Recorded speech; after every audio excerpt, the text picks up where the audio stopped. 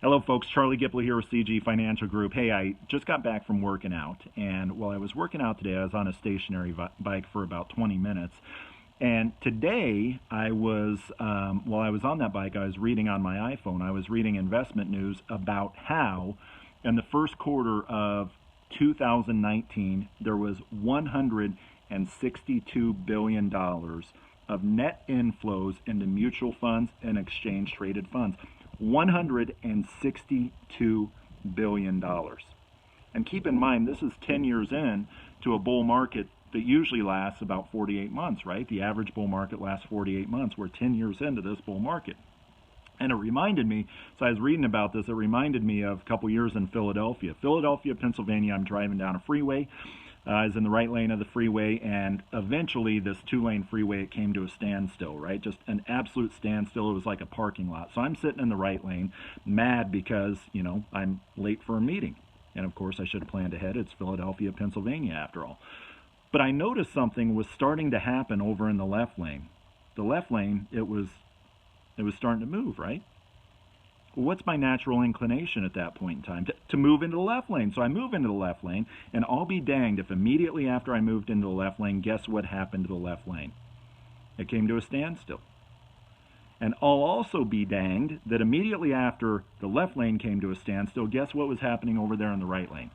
The right lane is now starting to move. So what do? I jump back into the right lane. I, as well as everybody else that was in the left lane. And then the right lane comes to a standstill. I do this about 8 different times, and finally I realize, wow, that car that did not switch lanes like I did, that I was next to about 10 miles back, I'm merely equal that car like I was when I started out this process, right? That's the problem with switching lanes. What's happening when we're switching lanes in that traffic jam there?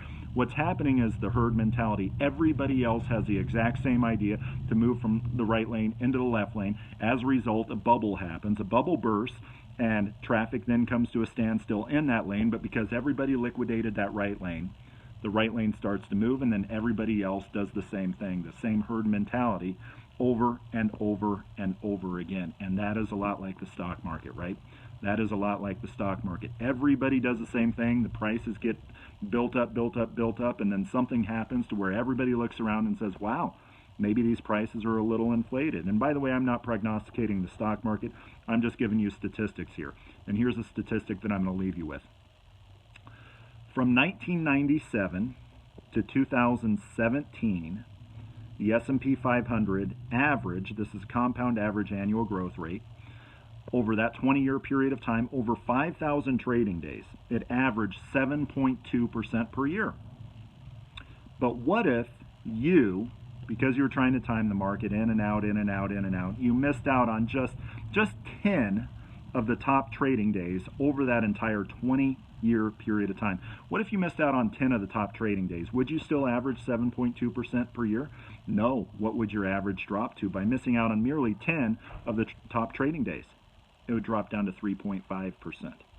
What if you missed out on 50 of the top trading days? Again, I'm talking over 5,000 trading days, 20 years, right?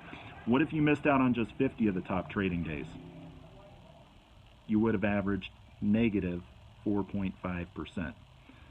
Timing the stock market, it's a tough thing to do, right? I'm not prognosticating the market. I'm just saying in and out, in and out, in and out. If you go to ICI.org, as in the Investment Company Institute.org, you will see that many times prior to a market drop, the inflows into the market are the greatest. And by the way, once the market hits bottom, many times the net outflows are the greatest, right? Timing the market can be difficult. And by the way, this speaks to the viability of things like index annuities today, right? Wouldn't it be great if you can guarantee a client who's retiring today, who's age 65 years of age, not a 4% withdrawal rate from his or her portfolio, but 5% or 5.5%. That's what annuities do. They provide certainty in an uncertain world. Again, my name's Charlie Gipple, the CEO of CG Financial Group. We at CG Financial Group, when you work with us, we are on your team, but we are not on your payroll. Thank you and have a good day.